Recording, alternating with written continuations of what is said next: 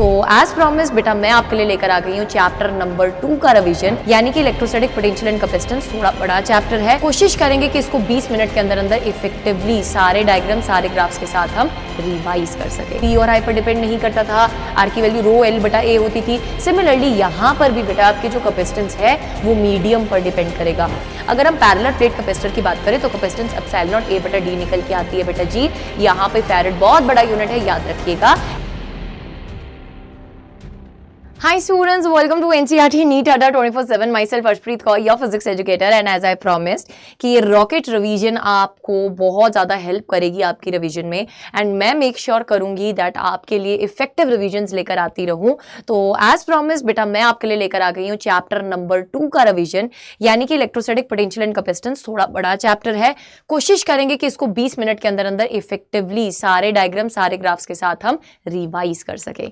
तो चलिए चलते हैं, बिना किसी देरी के स्टार्ट करते हैं। आप अपनी अटेंडेंस जरूर से मार्क करते रहिए, एंड बेटा जी वीडियोस को शेयर करते रहिए अपने फ्रेंड्स के साथ, उनकी हेल्प करते रहिए, because sharing is caring at this point of time. So let us start. सबसे पहला कॉन्सेप्ट आता है इस चैप्टर में इलेक्ट्रोस्टैटिक पोटेंशियल का।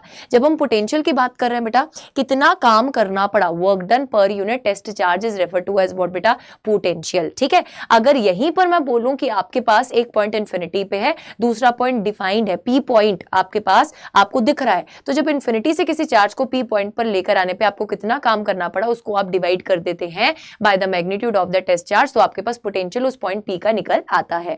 अगर बेटा दो रिस्पेक्टिव पॉइंट्स आपके सामने हैं पी एंड क्यू, आप इनमें चार्जेस को मूव कर रहे हैं, तो बेटा work done in moving a charge from P to Q divided by the magnitude of the test charge gives you what, electrostatic potential difference. फिर इसके बाद बेटा जी कॉन्सेप्ट आता है electrostatic potential due to a point charge का।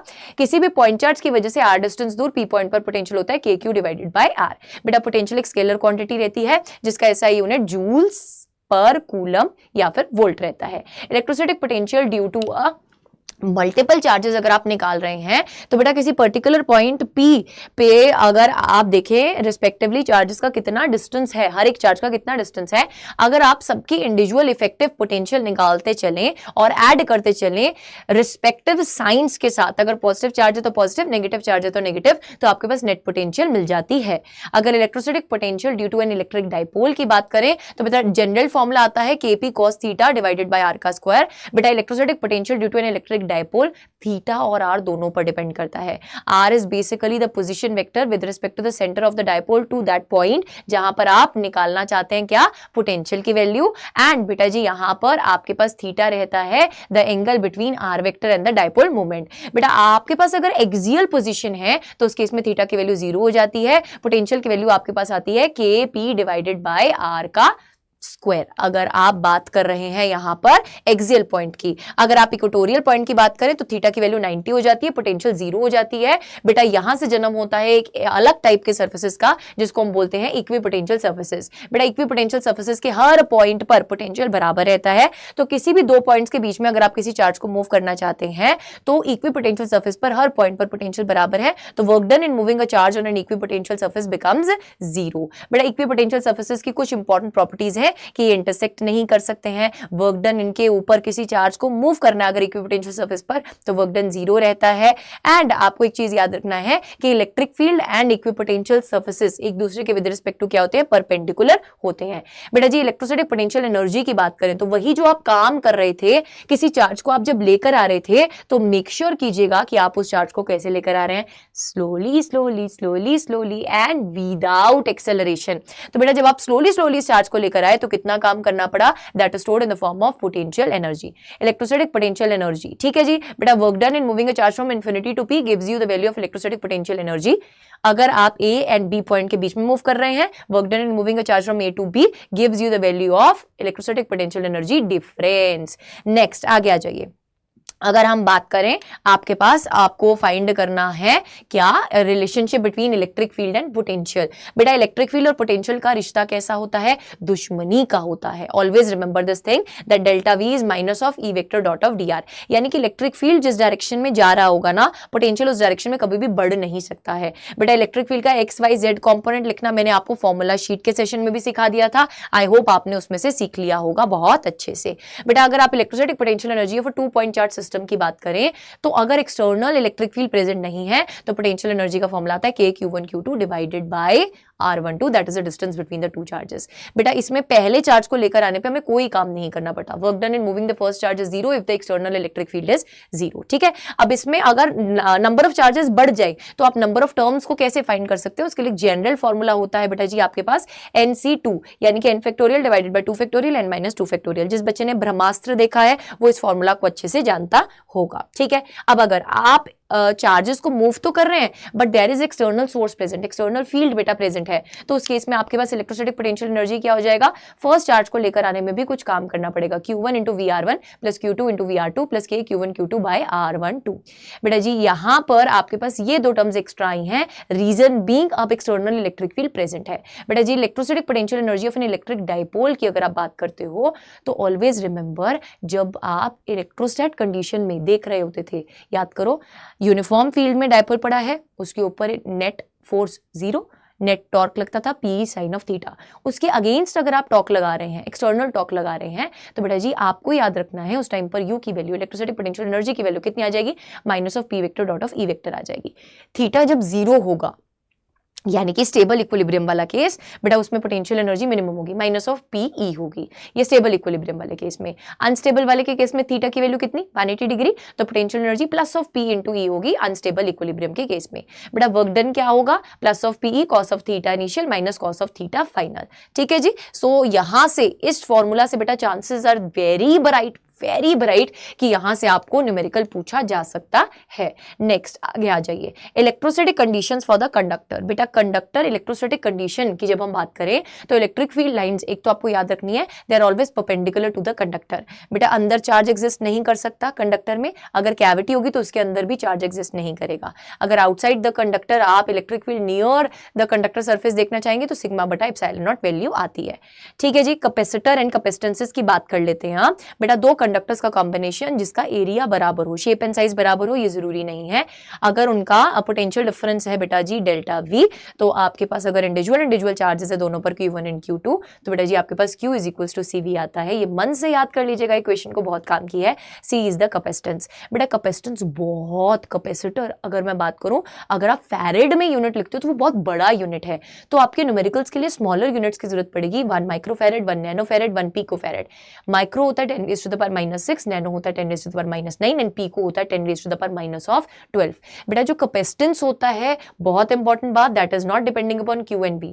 आंखों का धोखा है यार, V is equals to IR, याद करो ओम्स लॉ में R भी तो V और I पर डिपेंड नहीं करता था, R की वैल्यू रो L बटा A होती थी। सिमिलरली यहां पर भी बेटा आपके जो कैपेसिटेंस है वो मीडियम पर डिपेंड करेगा, ठीक है, एंड डायमेंशंस पर डिपेंड करेगा। अगर स्फेरिकल कैपेसिटर की बात करें, C की value 4 pi epsilon not R। Epsilon not याद करो क्या है, बोलो बोलो बोलो बोलो, एब्सोल्यूट परमिटिविटी है, यानी कि it is depending upon medium, it is depending upon the dimension, R पर डिपेंड कर रहा है। फर्दर आ जाइए, अगर हम पैरेलल प्लेट कैपेसिटर की बात करें तो कैपेसिटेंस एप्सिलॉन नॉट A बटा D निकल के आती है। बेटा जी यहाँ पे फैरेड बहुत बड़ा यूनिट है, याद रखिएगा। यहाँ पे एक छोटू सा टर्म आता है डाइलेक्ट्रिक स्ट्रेंथ। बेटा कितना मैक्सिमम इलेक्ट्रिक फील्ड ये कैपेसिटर जर सकता है अपने चार्जेस को लीक ना किए बिना, so that is basically the dielectric strength, the maximum value of electric field. बेटा उसकी वैल्यू आती है 3 × 10⁻⁶ वोल्ट पर मीटर। अगर n प्लेट्स हैं इन जनरल तो C की value n-1 epsilon not A बटा D निकल के आती है। अब बेटा डाइलेक्ट्रिक्स याद करो, डाइलेक्ट्रिक्स पढ़ा था हमने, बोलो शाबाश, डाइलेक्ट्रिक्स पढ़ा था। दो तरीके का डाइलेक्ट्रिक्स था, polar and non polar. Examples दिए हुए हैं H2O, HCl, नॉन पोलर के H2 एंड CO2। बेटा पोलर के केस में बात करोगे तो परमानेंट डाइपोल मूवमेंट एग्जिस्ट करता है इंडिविजुअल मॉलिक्यूल का। ओवरऑल अगर आप डाइलेक्ट्रिक बनाते हो तो अगर इलेक्ट्रिक फील्ड जीरो है तो डाइपोल मूवमेंट जीरो रहता है। Reason being what? Net dipole movement zero रहता है, सारे डाइपोल्स रैंडमली ओरिएंट रहते हैं। बेटा जी नॉन पोलर के केस में भी नेट डाइपोल मूवमेंट जीरो रहता है, बट जैसे इलेक्ट्रिक फील्ड की डायरेक्शन में आप पोलर हो या नॉन पोलर हो, दोनों में से किसी को भी डाइलेक्ट्रिक को रखते हो तो बेटा जी इलेक्ट्रिक फील्ड की डायरेक्शन में डाइपोल्स क्या हो जाते हैं? अलाइन हो जाते हैं। तो बेटा जी हम क्या करते हैं ना, हम कैपेसिटर की प्लेट्स में भी डाइलेक्ट्रिक्स को इंसर्ट कर देते हैं।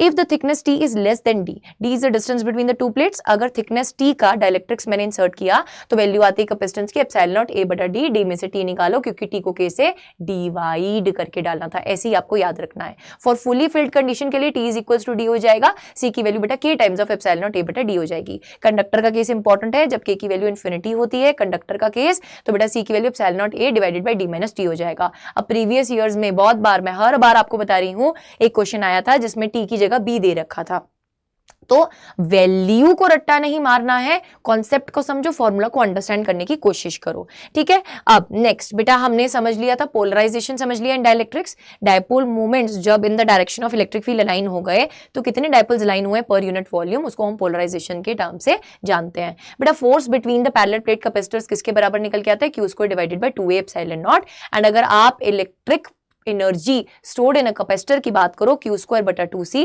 अब q is equals to cv वाली इक्वेशन जो मन से याद करी थी, उससे बेटा जी आपके पास ये तीन फॉर्मूला निकल के आ जाते हैं। u is equals to half cv का स्क्वायर भी निकल के आ जाता है, as well as u is equals to half q v का half into Q into V भी निकल के आ जाता है। फिर एनर्जी डेंसिटी की बात करें, ये वाला क्वेश्चन पूछा जाता है अगर पैरेलल प्लेट कैपेसिटर की बात करो, एनर्जी डेंसिटी की हाफ एप्सिलॉन नॉट ई का स्क्वायर। अगर एनर्जी पूछा गया है तो साथ में बेटा वॉल्यूम यानी कि ए इंटू डी क्या होगा, मल्टीप्लाई हो जाएगा, ठीक है जी। उसके बाद आता है concept of capacitor in series. बेटा सीरीज में कैपेसिटेंसेस की वैल्यू ओवरऑल कम हो जाती है, पैरेलल में बढ़ जाती है। सीरीज में कैपेसिटेंस ये रहता है, पैरेलल में ये रहता है। सीरीज के केस में बेटा जी C is inversely proportional to V, series के केस में चार्ज इंड्यूस होकर जाता है। पैरेलल के केस में बेटा जी पोटेंशियल सेम रहता है, ठीक है, potential is same in the case of parallel. अब आगे चलेंगे, नेक्स्ट हम बात करेंगे शेयरिंग ऑफ द चार्जेस के बारे में। बेटा जब दो कंडक्टर्स खुश थे अपनी जिंदगी में, दोनों के कंपैरिजन में अगर मैं बात करूं, अगर एक की पोटेंशियल V1 दूसरे की पोटेंशियल V2, एक का चार्ज Q1 दूसरे का चार्ज Q2, बेटा किसका हाई चार्ज है किसका लो चार्ज है इस पर डिपेंड नहीं करेगा कि चार्ज किससे किस डायरेक्शन में फ्लो करेगा ना, किस पर डिपेंड करेगा, जिसका पोटेंशियल हाई है या लो है। बेटा always charge flows from higher to lower potential. तो फाइनल स्टेज में जब हम इनको कनेक्ट कर रहे हैं बेटा चार्जेस कब तक फ्लो करेंगे, जब तक इनका पोटेंशियल बराबर ना हो जाए। इनिशियल स्टेज में बेटा जी आप एनर्जी को इस तरीके से रिप्रेजेंट करते हैं, फाइनल स्टेज में आपके पास एनर्जी इस तरीके से रिप्रेजेंट होती है, ठीक है। अब अगर आप Q1 dash and Q2 dash की बात करें, यानी कि अब जो फाइनल स्टेज में चार्जेस आए that is C1 Q1 plus Q2 divided by C1 plus C2, Q2 dash is equals to C2 Q1 plus Q2 divided by C1 plus C2। ये ब्रैकेट वाली चीज कॉमन रह रही है। Q1 डैश के parallel अगर मैं बोलूं डायरेक्टली प्रोपोर्शनल क्या है, C1 है तो 1 होगा तो 1 आएगा, 2 होगा तो 2 आएगा। अगर मैं बोलूं कि लॉस हुआ या फायदा हुआ इनको कनेक्ट करके, बेटा लॉस हुआ, अकेले अकेले अपनी जिंदगी में खुश थे, जैसे ही इनको कनेक्ट कर दिया एनर्जी लॉस हो गया। सो डेल्टा यू किसके बराबर, you final minus of you initial. ये वैल्यू आपको याद रखनी है बेटा, 1/2 C1 C2 V1 minus of V2 का square divided by C1 plus of C2 whole का स्क्वायर। चार्जेस कंजर्वेशन हम लगाते हैं, अगर स्फेरिकल कैपेसिटर है रेशियो ऑफ द चार्जेस जो अब आएंगे इसके ऊपर that will be equals to C1 बटा C2 which is further equals to R1 बटा R2। अब दो इंपॉर्टेंट कंडीशंस होती हैं जब हम डायलेक्ट्रिक्स को इंसर्ट करते हैं ना, ईदर उस टाइम पर बैटरी लगी हो, दूसरी कंडीशन में ईदर हम बैटरी को रिमूव कर दें और फिर हम डायलेक्ट्रिक्स को इंसर्ट करें, ठीक है। तो when dielectrics is inserted as well as battery remains connected, ठीक है, एज वेल एज क्या है बेटा जी, बैटरी क्या है, रिमेन्स कनेक्टेड है। तो याद रखना जब बैटरी कनेक्टेड है तो charge dielectric constant k times से बढ़ जाएगा, कैपेसिटेंस k टाइम्स से बढ़ जाएगा, इलेक्ट्रिक फील्ड कांस्टेंट रहेगा, पोटेंशियल कांस्टेंट रहेगा, इलेक्ट्रिक को इलेक्ट्रोस्टैटिक एनर्जी क्या होगी, k टाइम्स बढ़ जाएगी। अब ध्यान से देखना, when dielectrics is inserted but battery is removed, यानी कि आपने कैपेसिटर की प्लेट्स को चार्ज किया, उसके बाद आपने बैटरी को रिमूव करके साइड में रख दिया।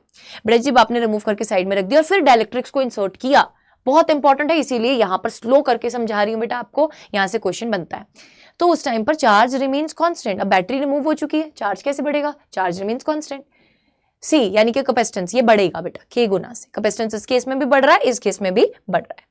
बट जब आपने बैटरी को रिमूव कर दिया है तो पोटेंशियल और इलेक्ट्रिक फील्ड दोनों k गुना से रिड्यूस हो जाएंगे। अगर ये दोनों k गुना से रिड्यूस हो रहे हैं तो यहाँ पे इलेक्ट्रोस्टैटिक पोटेंशियल एनर्जी भी k गुना से क्या होगी, रिड्यूस हो जाएगी, ठीक है। तो जब बैटरी को रिमूव कर रहे हैं उससे electric field, potential and potential energy तीनों ही बेटा क्या हो रहे हैं, के गुना से रिड्यूस हो रहे हैं। चार्ज क्या रह रहा है, कांस्टेंट, कैपेसिटेंस के गुना से बढ़ रहा है। I hope this is crystal clear. और इसी के साथ हमने बहुत इफेक्टिवली आपका ये पूरा चैप्टर रिवाइज कर लिया है। I hope you are loving this rocket revision series. अपना प्यार जरूर से शो करते रहिए, बिकॉज देखने में बेटा बहुत छोटे छोटे पैकेट्स लग रहे हैं आपको 10 से 15 मिनट से 20 मिनट में, बट इनमें एनर्जी बहुत जाती है जब लगातार एक फ्लो में आपके लिए ये सेशंस बनाए जाते हैं। तो आप देख सकते हैं कि मैम ने लगातार एक ही दिन में आपके लिए ये सारे सेशंस रिकॉर्ड किए। मैम की ड्रेस भी सेम है यार। सो यार अपना प्यार जरूर से देते रहिएगा। मिलते हैं नेक्स्ट इफेक्टिव रॉकेट रिवीजन में बहुत ही जल्द। Till then stay tuned, don't forget to subscribe and press the bell icon and don't forget to follow the live sessions बेटा जी। एंड 21 फरवरी का सुबह वाला सेशन, 5 बजे वाला session is very important. Don't miss at any cost. If you feel that your physics core ma'am is working really hard for your exam ताकि आप उसमें फोड़ सकें, तो मेरे को जरूर से बेटा ज्वाइन कीजिए लाइव लेक्चर्स में, बिकॉज आई रियली वांट कि मैक्सिमम से maximum student of PPP army इस बार रॉक करके आए। So wish you good luck, stay tuned.